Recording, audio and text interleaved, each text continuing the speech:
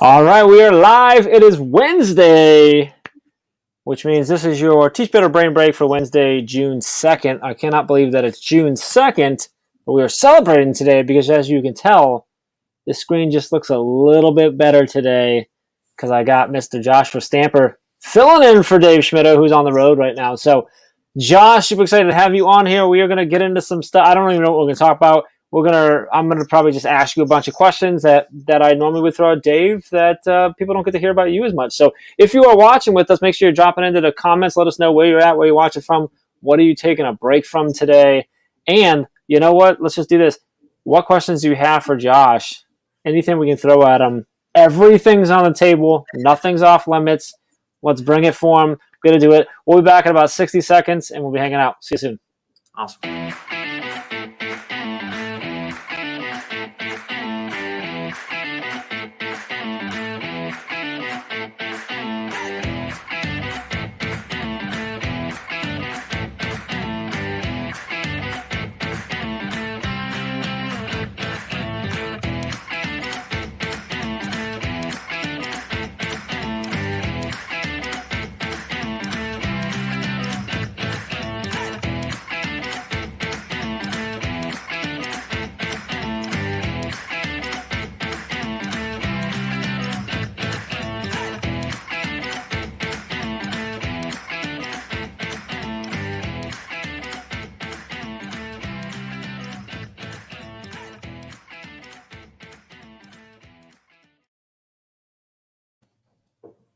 Josh, my man, how you doing?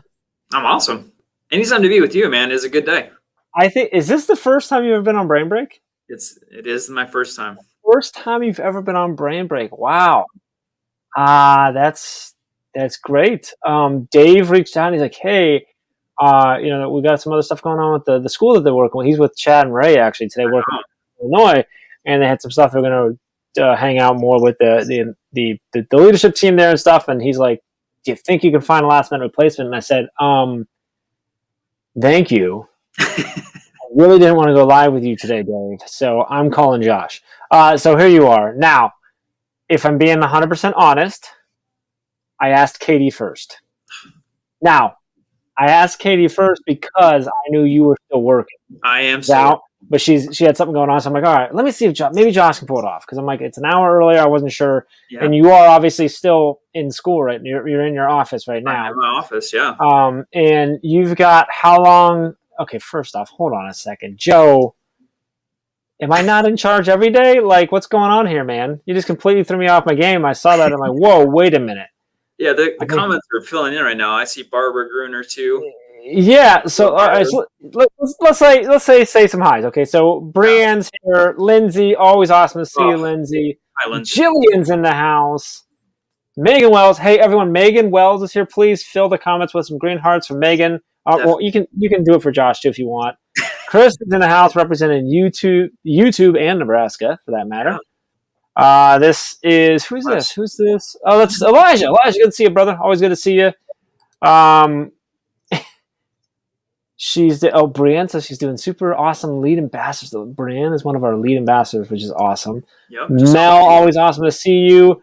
Thought we were going to see Ray and Dave and For Reals in the same room. They are in the same room, but they're just too cool to, come on the Brain Break right now. So, Barbara, good to see you. Happy June. Oh, man. Mel dropped a whole bunch in there. The comments are going too fast. Joe's confused. Carrie's in the house. Oh, I'm loving it. Nikki, Twitch. Nikki's bringing Twitch into this here. There you go. Yes. Oh, Chris in the house representing Periscope. Man, we got like everything going on right now. I'm loving this. Loving the green hearts too. And we got Josh. Yeah. So Josh, so you were still working. When do you wrap up? I know students are done. Yeah. They finished up last week, or yeah. We're really early. Okay. Gotcha. Yeah. So when do you wrap? When are you done going in? So the nice thing about the admin piece is we only work 4-day weeks. So we are off Friday, Saturday, Sunday. So next Thursday is my last day on contract. So pretty excited about that. 4-day week seems really long. I only work a 2-day week, so like 4 days seems really long. I believe it, Chef. The team can probably say the same thing. Wow. So next week wrapping up. Wow. Okay. Yeah. I'm excited Good. to go on vacation and have So some. are you heading on vacation next weekend? So the following week, we're going to go camping. Yeah, me and my family, we're going to go Okay. out in the great outdoors and enjoy nature. Step away from electronics and the rat race and just enjoy each Nice. other. I head out. We head out on the 13th. We're going away for a week as well. We'll still have all the devices and stuff though. It's not as nature-ish. I mean, we're gonna be by water, so that'll be fun, but not quite the same. So, Nikki already gave up on Twitch, so apparently that didn't work out. She went over to Facebook. It was really quick back and forth. So you're going camping, and you do that a lot, you and your family. We do, especially pretty with often. COVID. Yeah, with COVID too. Some of my boys have some medical needs, and so with coronavirus, we had to make sure that we were away from folks, but we also love camping. So, hey, what's up, Alex? So yeah, getting outdoors, the whole family loves it, and it's sleeping on the ground, whole 9 yards. Yeah. Okay. So you're camping in tents, not a camper. You're in straight tents. Are you do you take a generator or batteries or anything like that at any point, or is it just fire, cooking everything over there? That's how everything's done that way. Yep. No propane, just build a fire and everything cooks. Yep. I mean, so what do you cook? So if you go for a week, what are you cooking? What do you guys typically eat, and what's your go-to when you're cooking over a fire? Is it hot dogs every day? Or are you doing beans and stuff too? Are you going the whole? Yeah. So we have a huge iron, thing that we cook on. You can cook everything. Okay. Yeah. So eggs and bacon in the morning, bagels. For dinners we've got hamburgers, and we've got this frozen pasta that we like to run. I mean, I've got 5 kids, so we've got a huge pan that we just cook everything in. And so I like doing the bacon in the morning, so I got the grease to kind of cook on later. I'm I don't know. I know this is not what you're doing, but I'm totally picturing a witch's kettle, pot with a boot, just for your scrambled eggs, maybe condensed. So tell me about the tent. Do you have multiple tents, or is it one really big tent? Yeah, so we have one large tent that we have some of the bigger people in, because my 2 older. With the bigger people, yeah. We got the bigs and we got the littles. So you got the bigs and the littles. Yeah. So I've got one tent with a certain group of larger children, and then my wife has the other tent with some of the smaller. Got the littles. Yeah. Gotcha. So that's how we break it down. But yeah, 2 tents, and typically we go for 4 or 5 days. Yeah, and then so do you take all your food all meat, or are you killing things in the wild? All the kids with you guys going out sharpening sticks and going out and getting food, or do you take a lot of that? No, we take everything. But and I know it was kind of a joke, but it was also kind of legit. I'm I don't know how you actually. My boys, they're all about sharpening sticks, but we're not quite to that level yet. So. Gotcha. Okay. Hey, what's up, Daniel? Gotcha. So interesting. So then, what do you during the day? What you're hiking, you're exploring where you're at. Do you purposely go to places where do you have an agenda where you're specifically going hey, we're going to go hike this trail or go to this monument or spot or whatever national park, or how does that work? Or is it just kind of hey, let's get up and see where nature takes us today? No, I mean none of this is on me. My wife is amazing. You just do whatever you're told. Obviously, she is the planner of the family. So Texas, you can drive 9 hours and still be in the state of Texas. So we have been hitting a lot of the state parks, and yes, it's very specific about hiking. So we'll go out several times during a day and hike trails. And my wife, a while back during college, she actually worked in Colorado where she was a guide. And so she would just have a map, a tent on her back, whatever they could carry on their backs. And they would go for a week, 2 weeks, and then she, would have to guide them through and then bring them back to camp. So that's her passion. So she's kind of rubbed off on me and the family as far as us doing that. So yeah, I want to just Alex, as I have been camping. The catch is, Alex, I've been camping with so many different people that literally everyone does it differently. Mm-hmm. Some people, it literally is, hey, we go camping, and it's just when we wake up in the morning, whatever the day takes us. And some days that means we're sitting by the fire or just chilling out all day. Some days we're dragging a canoe to water and finding the closest body of water and just canoeing to wherever we can. And we're taking the whole thing with us, and that's how every night is. Some people are we're camping. We got tents, but we also have generators and like that type of stuff. I've been camping, and obviously in campers too and stuff. So now And when some I do. people hotels. Well, yeah, some people camp in hotels. When I do my camp, I call it high class camping because when we go to it's in our cottage. So, but it's solar power. It's a pretty nice boat ride to get out, and there's nothing there. It's solar power. We catch a lot of our fish and flay. I believe it or not, Alex, I catch the fish and I flay the fish and I cook the fish. So, but yeah, that's interesting to see what it is. So, I have actually done this, Alex. That's why I asked it. I've actually went out with my buddies and we've actually killed the food. So, like, we've actually went out, we sharpened the sticks, we killed the animals, and we cooked them, and they weren't good. No, goodness. No, like, was there a lot of beer involved? Yeah, made the rabbit and squirrel taste better, but I think camping and beer kind of coincide. it kind of goes a lot of things too. Interesting. So you're wrapping up. What else is in store? What does your summer look like? When do you get back? Because a lot of admins go back a little bit earlier. Obviously, getting prep ready to go. Well, we know lots of admins who just go all year. Like they don't get any time off. I mean, they take vacation time, but there's not a set time. So when do you go back? When are you back into the office, getting ready for next year already? Yeah, so I think it's the third week in July. So okay. We get like 4 weeks. Almost a month. Yeah. Right around a month. That's good. So it's a nice time to get away, and we do have a beach, vacations in there also. So okay, where's that at? Where are you going? In Alabama. Yeah. Alabama. Okay. Yeah, we got a little B&B action going on nice. Where we'll be spending a week there too. We just need to. We love camping, but we also were like we need to have a change of scenery. We need to. You can appreciate both. I like that. Yeah.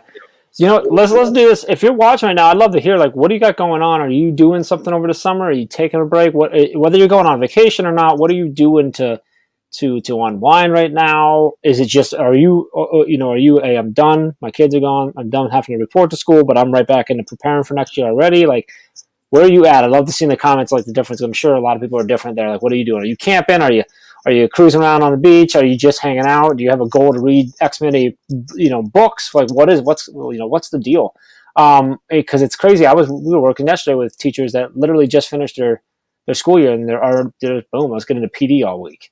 Oh, wow. And today too, and we see that some districts are like they want to get into PD right away at the end of the year, so that the teachers then have it ready to go. Some like to wait until August, so that the teachers don't have to worry about or think about anything for at least a little bit before getting back into it. So curious to see what everybody's doing there.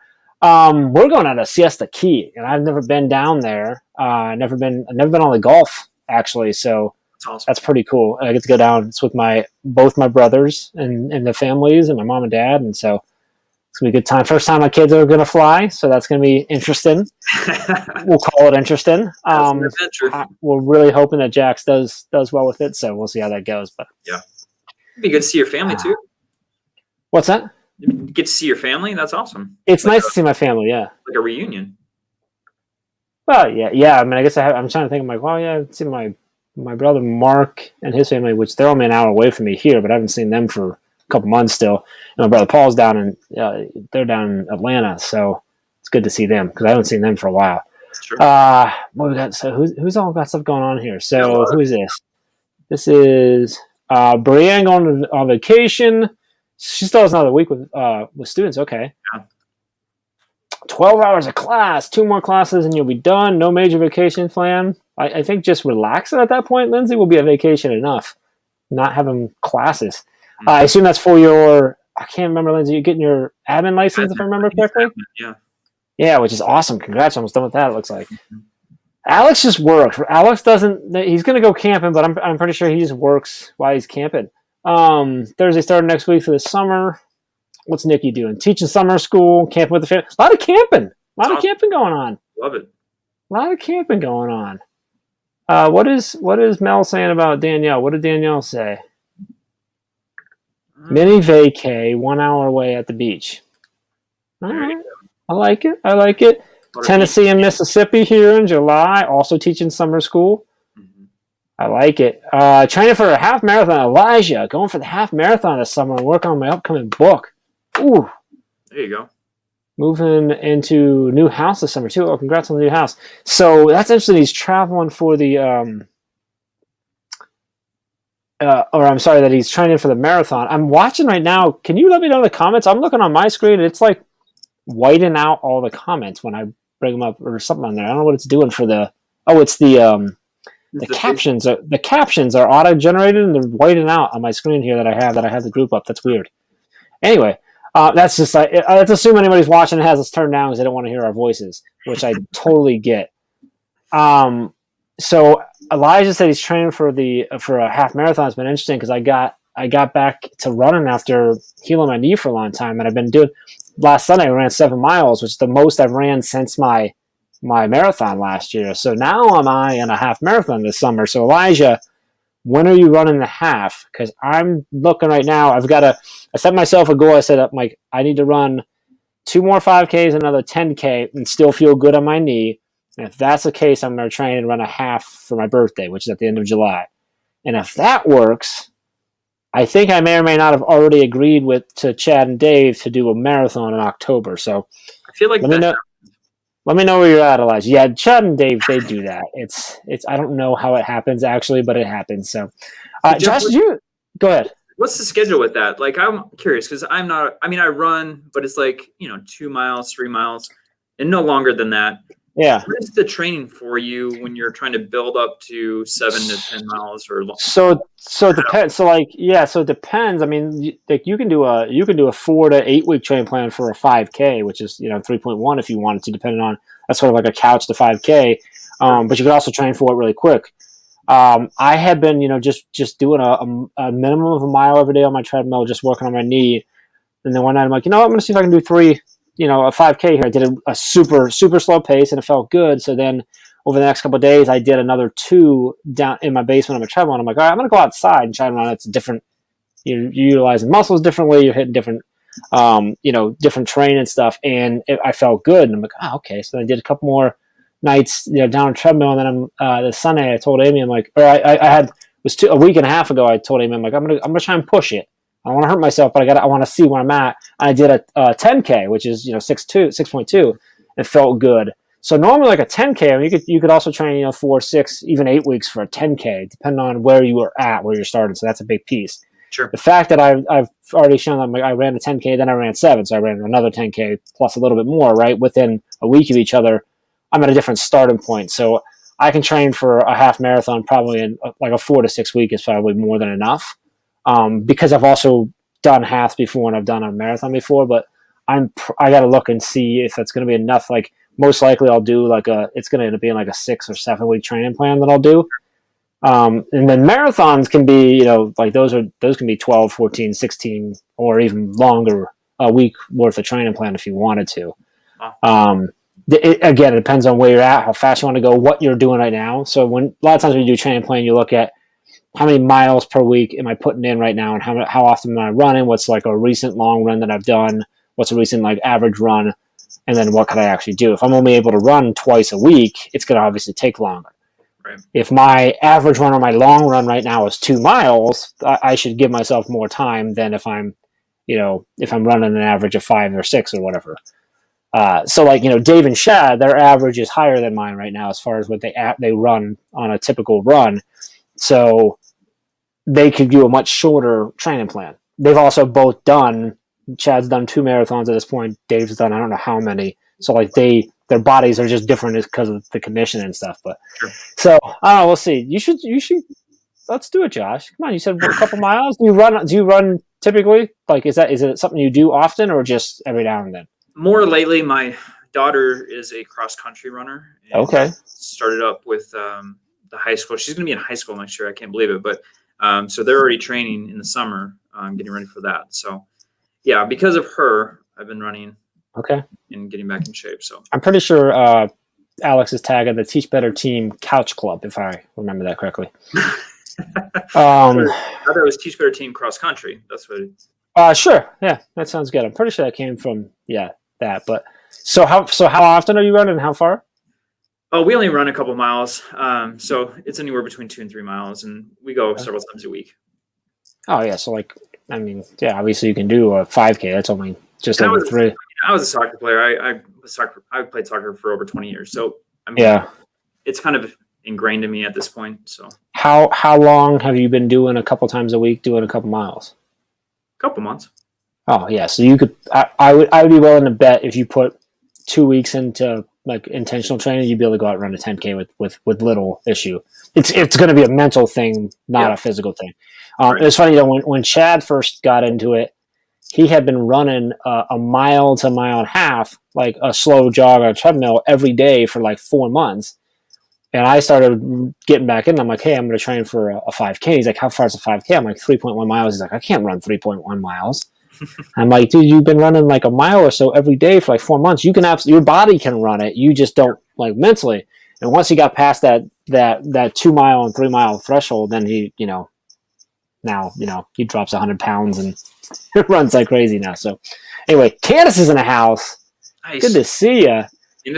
Christy's doing some work here, man. Putting in a garden, hoping to go camping, going to Chicago, Kalamazoo, which is just fun to say, by the way. Thanks for going there so I could say that, Christy.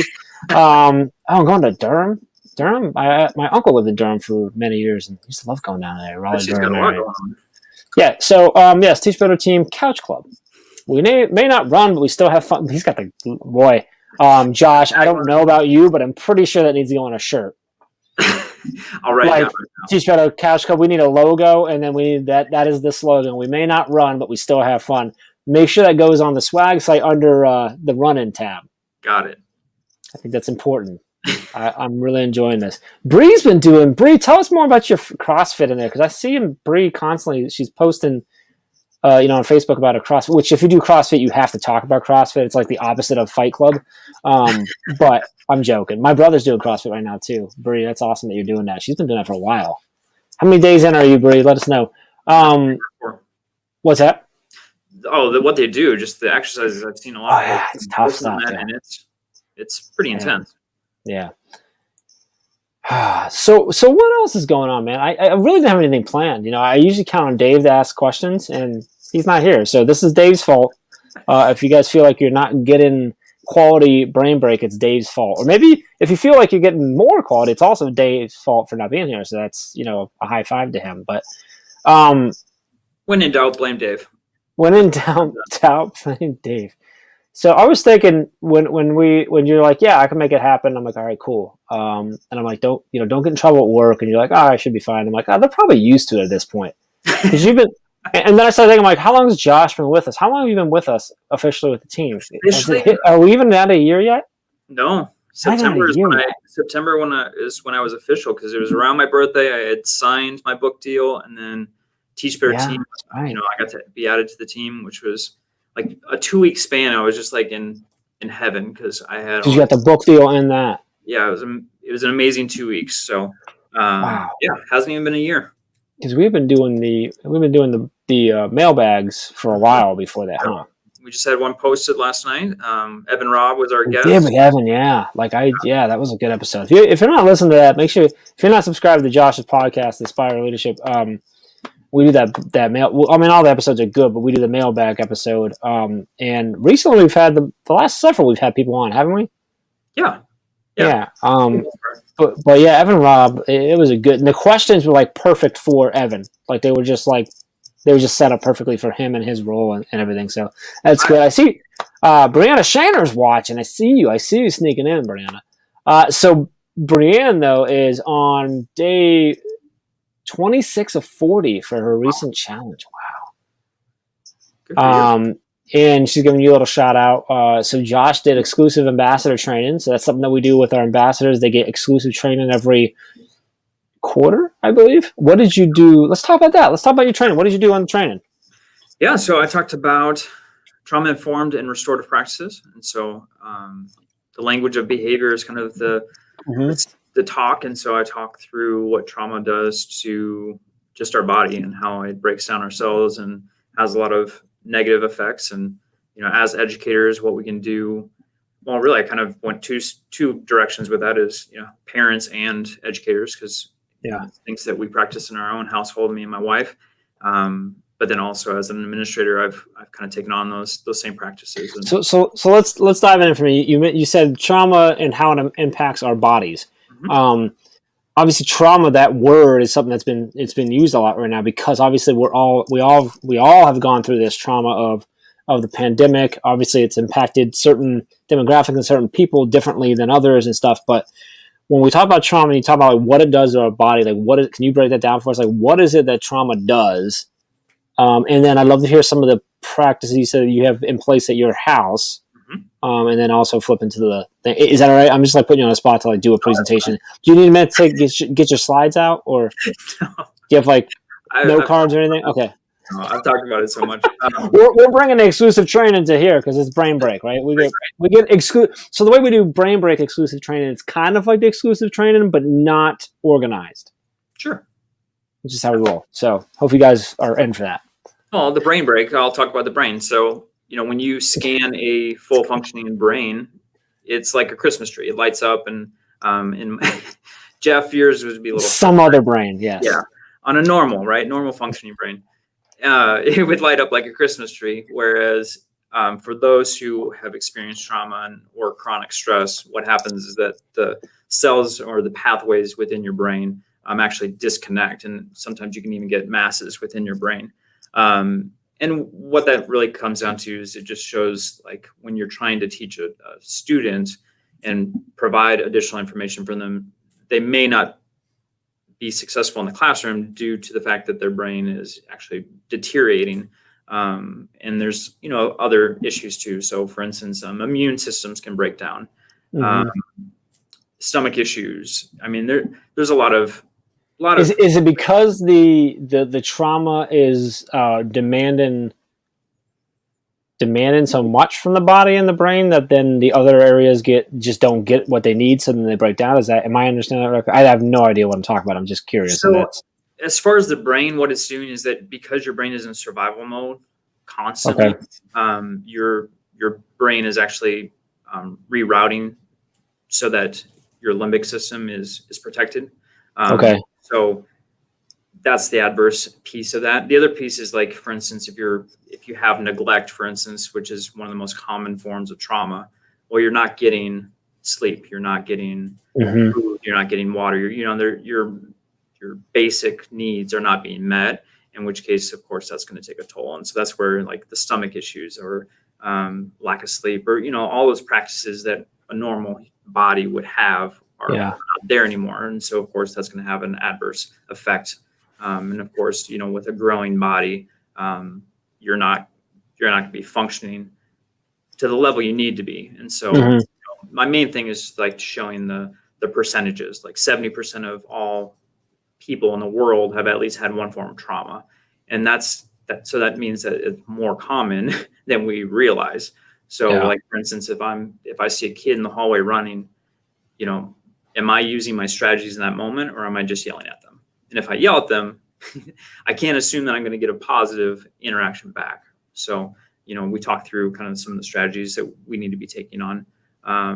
Even in our own house, like, I shouldn't just yell at my kid when they're doing something wrong. Like, that's not helping them. And then for my boys who've had trauma within their life, because, we foster to adopt, like, I have to use those same strategies in my household to make sure that I'm modeling the correct behavior, and then also not causing more trauma in their lives. Yeah. I should be, trying to help them practice de-escalation strategies and calm me down and whatnot. So can you hear my cat yelling at me? I'm sorry. Like, he's just like really loud. So what are the things that you and your wife put in place in your house that is, because obviously this is very close to home, and you have to it's not just something you talk about, it's something you have to do every day. Yeah. So what are some of the, if you don't mind sharing, like some of the strategies you have in place, like some, I don't know if it's systems, routines, just policies within your house that is for you to be to for lack of a better term, combat the trauma that your kids have already had, and to make sure that you're not adding on and compiling on to that? Yeah.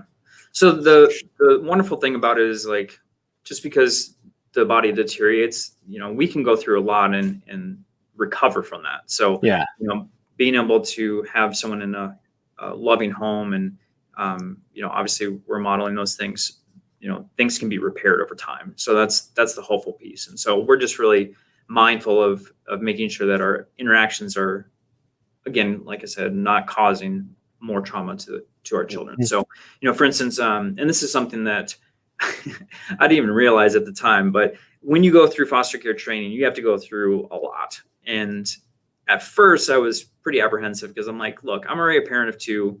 I got this. Like, don't even have like put me through all this. But I actually learned quite a bit, and kind of embarrassed to say that was even my mindset walking in. But we learned through Professor Purvis at TCU about like instead of doing a time out where you're sending your child off into their bedroom, doing a time in. So it still has the same effect, right? The child doesn't get to do what they want. So for instance, let's say, the kid's playing on a video game and they hit their sibling, right? Mm-hmm. Instead of saying, stop what you're doing, go to your room for time out, stop what you're doing and do it to time in. And so that way they're sitting with you. So it's like, come sit by me. So I'm not sending you away, but I am. You're getting the discipline of you're not going to get to do what you want to do, but you're going to sit with me instead. Okay. Yep. And so let's say that you did one of your kids is playing a video game. They hit their siblings. You come sitting by me. Is that then just sit here while Daddy watches TV because that's what Daddy was doing, or is it no? We're changing now, and now we're going to sit here and we're going to talk and we're going to discuss, or is it just we're going to sit and I'm going to give you some extra love because you need it right now, or like, what does that look like for you? Right. So for our kiddos, they're pretty young. So typically when it's gotten to that level, they're escalated. And so you can even tell on their face, like they're not even in their right state of mind. So it's more about, let's get you to a calm state, because at that point they're not listening, they can't hear you. So it's more about practicing cooling down. So, doing breathing exercises, taking that, like, even though they're with me, I'm taking them away from that environment.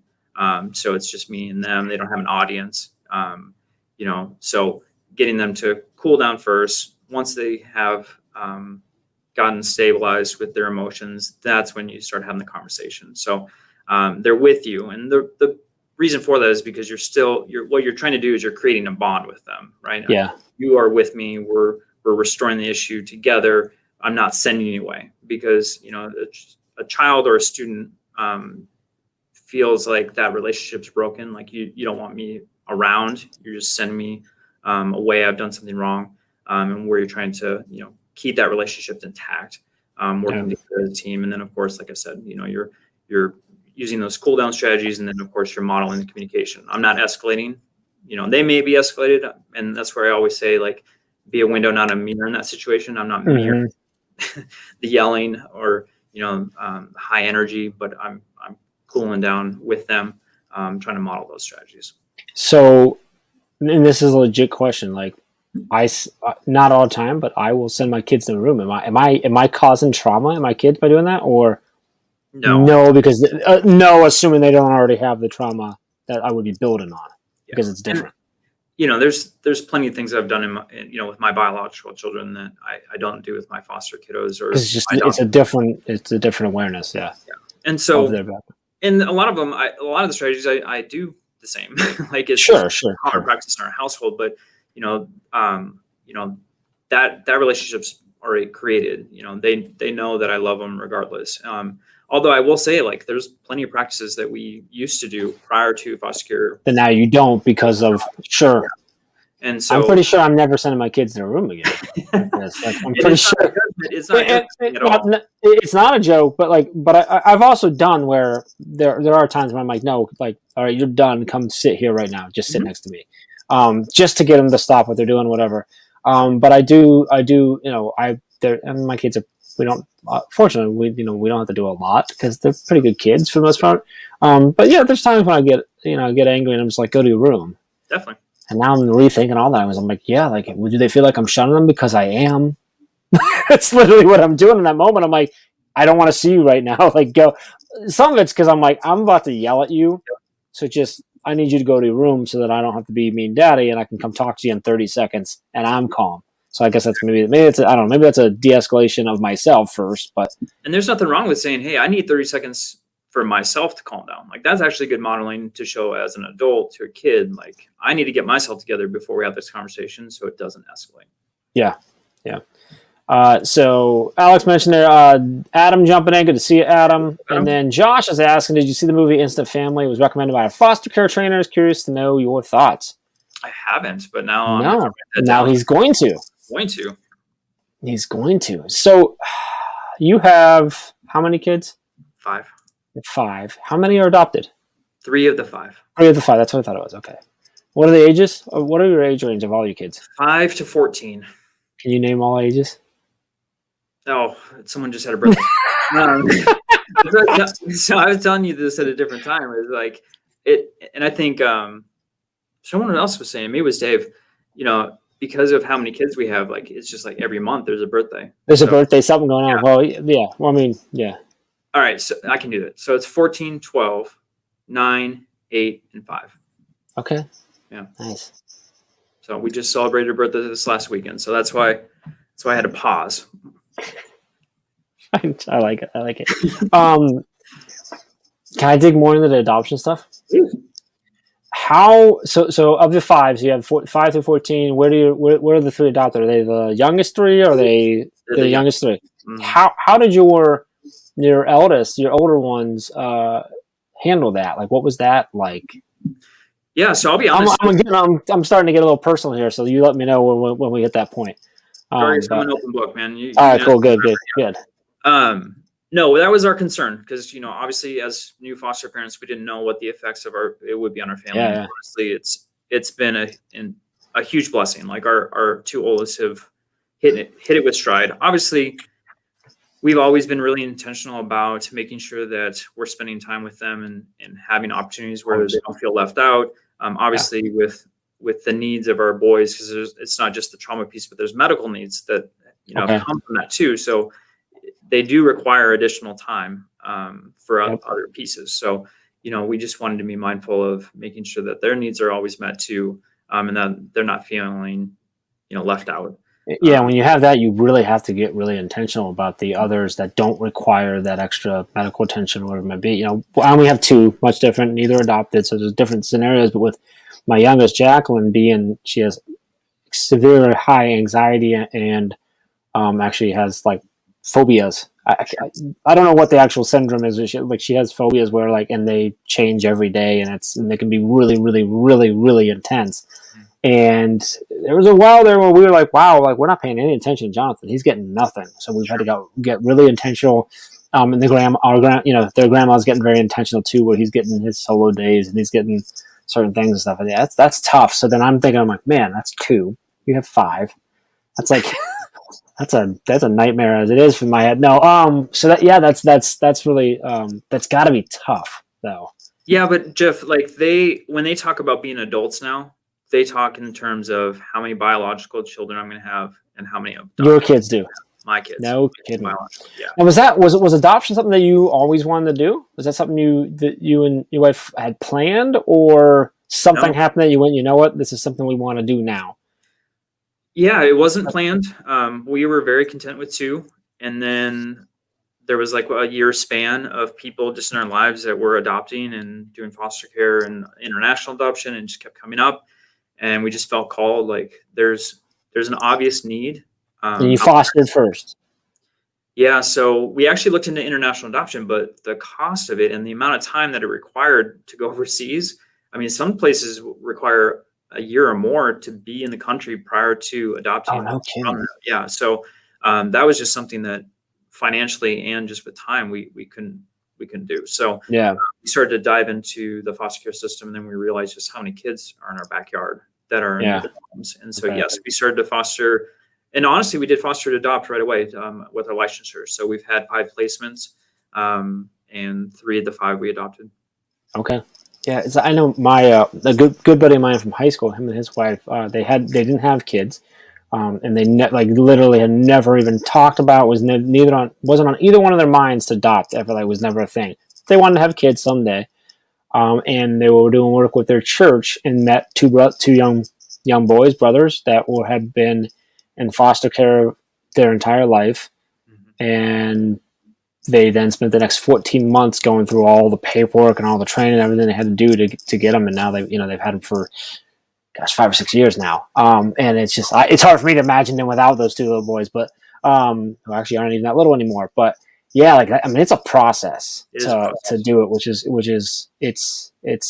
obviously, I mean, it's a human life, so I get it, but it's not an easy thing. Like your heart's got to be there. You got to want it, or else you'll, in my opinion, I mean, you'll give up really quick and be like, well, this is, you know what I mean? So yes, interesting. It's not a short process. There's obviously the training. There's the home studies, and yeah, go through your entire life as far as really making sure the vetting. How long did you foster your 3 before making the decision to adopt? So with that process, yeah. So the judge, gets to determine how long the biological parent has to work. Yeah, gotcha. So if the parent doesn't do that, then at some point the judge will relinquish rights to the child. And then in the state of Texas, they need to be in your home for an additional 12 months prior to adoption. So, we would have them for anywhere from 18 months to 2 years prior to adoption. Okay, gotcha. So yeah, got it. At that point, I mean, after 2 years, is it almost? And I'm not trying to downplay it, but it's gonna sound like it's almost like a formality at that point. I'm like, they're in your family at that point, right? I mean, obviously it's a moment when the adoption happens and that decision's made, but I mean, they've been with you for 2 years, like you know each other pretty well at that point, like. We've really where are their mind, like in that moment in their minds? What are they just waiting for the day that they get sent back, or are they like comfortable enough where they're like, oh yeah, I kind of figured you would adopt me because we were, like, how does that? So I feel like I feel like that's a dumb question, but I'm curious. No, I think it would be different. From my experience, all of our boys were pretty young when it happened, so I don't think in their mind there was any difference. Okay. Obviously, we celebrated it, but I don't think they cognitively understood they were there yet. Where an older child, I think that would be a very different experience. A child that might have been in and out of multiple, like several homes, is obviously just expecting the worst at that point potentially. Definitely. Yeah. And for us, we had a situation where we had a child that we had a lawyer we were going to adopt, and the child was provided to someone else. I won't go into the details of that, but it broke our hearts. We put our guard down for a moment. We were obviously attached to the child, and it was heartbreaking to the point that we stepped away from foster care for about 6 months to kind of get ourselves back to the right mindset, to get back into it. And so, you always try to guard yourself because you never know, what's going to happen with that. Sure. And so, until that day happens when you're in court and the judge says everything's officially ruled, that's when that's when you feel comfortable and kind of breathe deep and say, yes, this is a member of my family and will be for forever. And so there's no greater joy than that day, honestly. Yeah, gotcha. I see Adam says he's sitting on his couch training. The Teach Better Couch Club has high standards. Adam, we appreciate you putting that effort in, brother. It's important work that you're doing, and we appreciate it. The team is lucky to have you. I wouldn't expect anything less from Adam, honestly. Anyway, so what else is going on? I was going to mention some stuff. I don't know if you're watching right now. A couple of things I just want to mention that we got going on. If you head over to teachbetter.com, we've got webinars that were officially open now for registration. The first one in June is June 14th. It kicks off, and that's a 4-week, 8-part series on the grid method with Ray Hewart. Right after that, we roll into an intro grid series with Ray as well. And shortly right after that as well, or right at the same time, is another 8-week one on the grid method with Chad. Mm-hmm. We've got a weighing in to get buy-in series coming with Dave and Caitlin, which is going to be really cool. And then actually later on, we got a second intro grid one and Stanford's Grading Focused workshop that's going to be it's going to be offered at 2 different times, 2 different dates. But it's going to be like a 4-hour boot camp with Dave Schmittou. That's going to be in August. So lots of stuff going on. So if you look at teachbetter.com, it's all there. It's all under either professional development or right on the homepage. You can register for all those. So make sure you check that out. And we also have our Come Back Better packages out, which we don't talk a ton about these, but a lot of districts are just loving this. And then if you go to teachbetter.com/comebackbetter, it's our focus on utilizing everything we've we've been through in this last 12 months or so, 12 to 18 months, and coming back next year better than we were, and utilizing and growing into it. And those come with a variety of features and stuff. And we've got a whole bunch of different like angles that those can be at. So that's a great thing for if you're an admin, if you're looking for something to help kick off your year, look over there. So that's all teachbetter.com there. Aspire podcast. So we talked about the mailbag episode with Evan Robb, which is fantastic. Who are the recent guests? Where we at? Who we got coming up? What's on the docket right now for Aspire? Oh my goodness. Road to Awesome. Just had him on. With Darren. Darren on. Darren. I like you just call him Road to Awesome. I know. That's his name now. I just think it's the like, mountains is in the road, and it's just Road to Awesome Peppered. Like that's his name. Yeah, like, that's just what it is. Just had. Is that out or you just recorded it? Just recorded it. So okay, just recorded. Yeah. I'm looking forward to editing that and getting that out here soon. Nice. So yeah, but I wanted to, since we're talking about podcasts, I wanted to talk about the blog post and congratulate you for the Eric Geis put together the 30 recommended, over 30 plus recommended educational podcasts. And yes. Talk was, I don't want to say number one, but you were on the top of the list. We were the first ones on there. Yeah. I don't think that's a number one thing. I think it maybe just how it got put on there. But yeah, Eric and Nick, Ed Tech or Got Ed Tech. There was a good list. Got Tech Ed, was I said that wrong, didn't I? And yeah. What's the website? It's got Ed. No, let's see. I'm sorry. GotTechEd.com, and then they've done a blog post, and they've got some amazing podcasts on there. A lot of them were from the Teach Better Podcast Network. So see the list there that they put together. Yeah, good list. 30 of them on there. Mm-hmm. A lot of podcasts to pick from.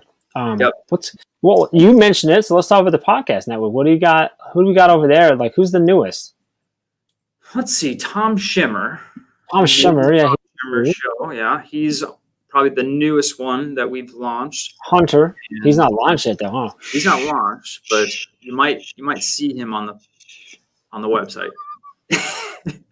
You're breaking news here, Jeff. I'm not saying anything. So that's exciting. We got a few more that are in process right now, aren't they? In the progress of getting added on. I almost let it slip out of my mouth because it's in my brain. But yeah, I've got 3 that will be launching in addition to the one that you just mentioned. So how many are we at right now? How many are we going to be at by the end of June? What's our number going to be? Are we at 25 already? We're at 24, and I think we'll be at 28. If I'm doing my math. 28. I think we'll be at 28 by the end of this month. Yeah. Wow.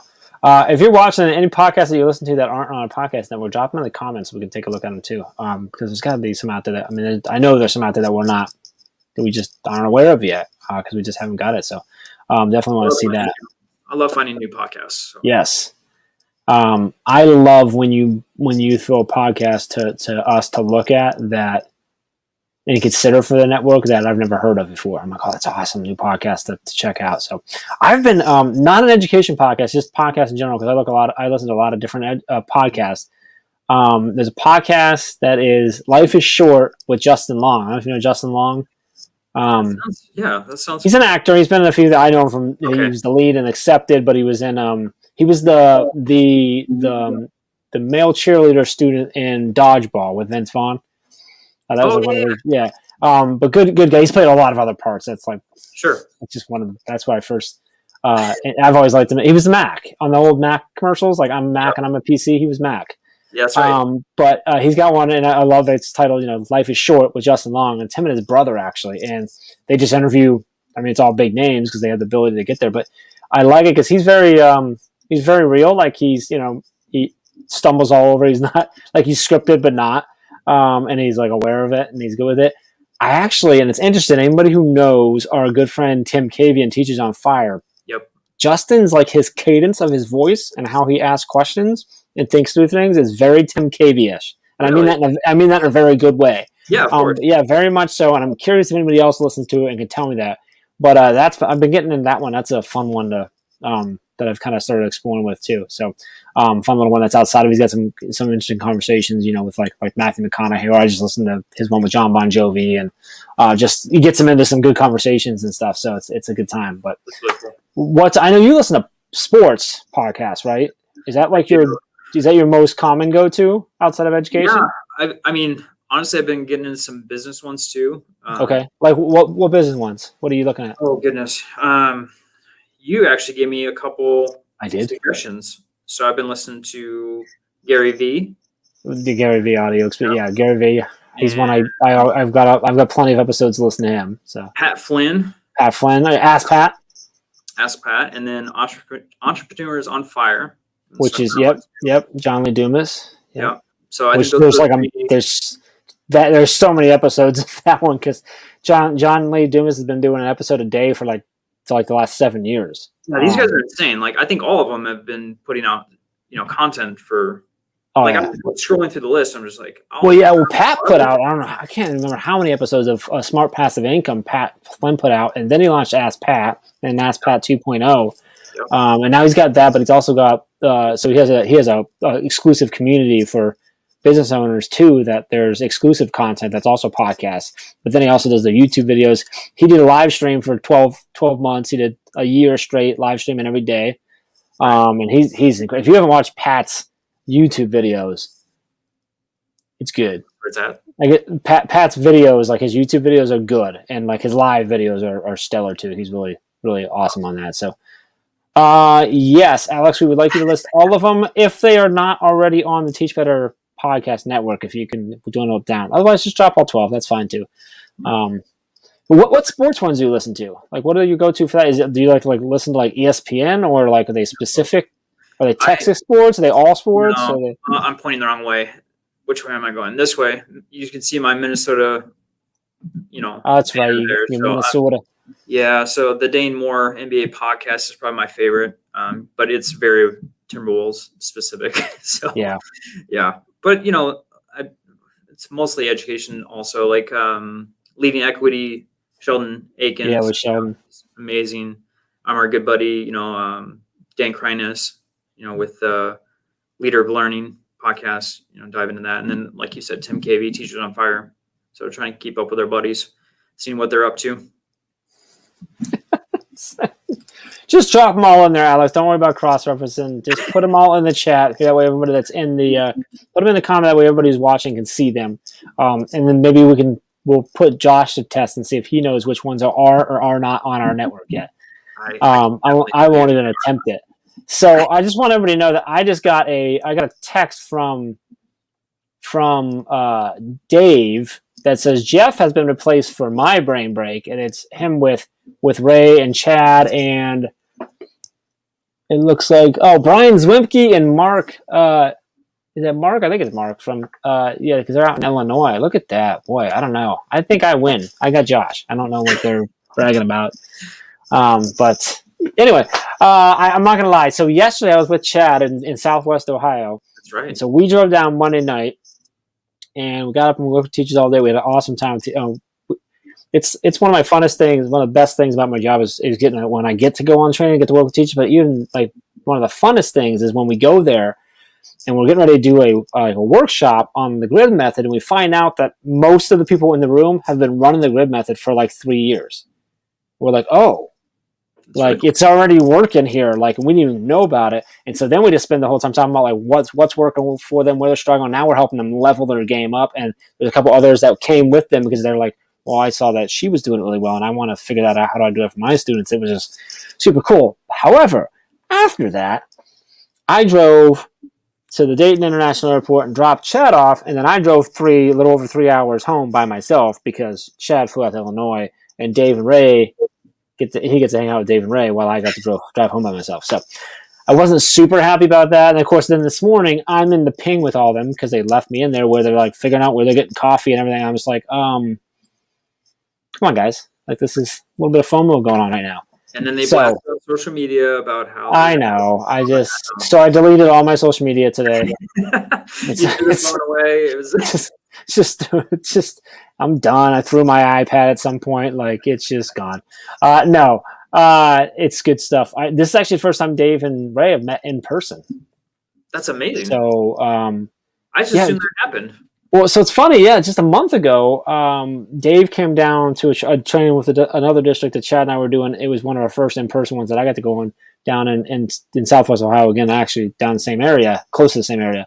And Dave came in, and like when Dave came in and we met him in like the hotel lobby, like him and Chad were like, oh, like good to meet you. And I'm like, you guys have never met before. I've met Dave, but just twice before, but it feels like I've met him a million times. Sure. And I realized, this is the first time Dave and Chad met like in real life. This is crazy. And we just got all of them dropped. Oh, good night. All right, Principal Center Radio, not on the network. PBL Playbook, not on the network. Last and Learning is Teach Better Talk, Aspire, Principal Leadership Lab is Big Ed Idea, not on. Punk Rock Classrooms, new to the network. Yep. Guiding Principals, on. Yep. Out of the Trenches, not. Define University, on. The Dave Burgess Show is not. Principal Crew is not. Staff Room is. Teachers on Fire is not. Shut Up and Teach is not. Leadership Advisor is not. Busy Principal is not. Learning Through Leading is not. Award-winning Culture is. The Second Question is not. Good News, Bad News is. Greater than is Me is not. And Anchored in Education is not. All right, that was like a great mix of like some of the network and a whole bunch that not. If you're not on Facebook, so that was on. Alex was posting on the Facebook. I don't know, Alex, was that on the? Are you in the group or are you on the page? Because if you're watching anywhere else, you need to go to wherever Alex was and just grab that list and just like go find them and subscribe. That looks like a stellar list. Appreciate that, Alex. So anyway, all right, we're gonna wrap up here. Josh, appreciate you jumping on with me. Tomorrow night, I did it again. I did not look at who is running our Teach Better chat tomorrow, but I do have it up closer. So let me look. Tomorrow is the 3rd, correct? Oh, well, it's crazy that you mentioned Road to Awesome earlier because Debbie Tannenbaum, who is the most recent published from Road to Awesome with her Techie Notes, or I'm sorry, it's actually Transformed. She's running our chat tomorrow. And I think she's looking at, technology, looking back and forward. And then I get to be live tomorrow night with Debbie. I love Debbie. She's a lot of fun and very knowledgeable. So it's going to be a fun chat, good time. Remember, tomorrow night, 8 p.m. Eastern time, like it's always been, but it's the hashtag Teach Better chat now. So we're still using both hashtags, but we are to the new format, which is a 30-minute chat with 4 questions and then the 30-minute recap right after. So chat's at 8 o'clock, recaps at 8:30. I will be on all these things here. So Debbie and I will be recapping our favorite moments from the chat and going through there. So you can go to teachbetter.com/teachbetterchat. That'll get you to all the, if you want to get the questions, if you want to load up your answers so that you can just get in there. I like doing that, load up my answers. That way I can just focus on the interactions and having fun and honestly the GIFs and memes or whatever else I can find to post. So do that. We'll be back next week. Brain Break. I actually have a special guest next week. Nice. Someone who we may or may not be celebrating her book that's coming out super duper soon next week. But I'm not going to tell you who it is because I don't believe we've announced it yet. But someone who's very near and dear to the team has a book coming out, and it's going to be phenomenal. And she's got a lot of other exciting things going on. So Dave has some professor work to do because, Dave's all professory. And so I've got her coming on. And then the following week, actually, I won't be there because I'll be out on vacation. And Dave, I don't know who Dave's bringing in, but Dave will have someone as well. So we're getting some different faces on Brain Break over the next couple of weeks here. So so this was kind of a good mix to have you come today, kind of set it up for that. So make sure you join us again next week. And join us tomorrow night for the chat and the video recap afterwards. Josh, any last words from you, my friend? Make sure you go check out the mailbag episode with Evan Robb. Yeah, please. Top notch, killer. Definitely. No, I just want everyone to get some rest and to recover from this really intense year. So I want everyone to focus on themselves. Use this time to better yourself. And with that, with some rest. I love it. I think that's a good way for us to take it out. Appreciate you, brother. Appreciate you all watching. And let us know, as always, if there's anything we do to help support you, please let us know. We appreciate you. We love you. And we'll see you tomorrow night.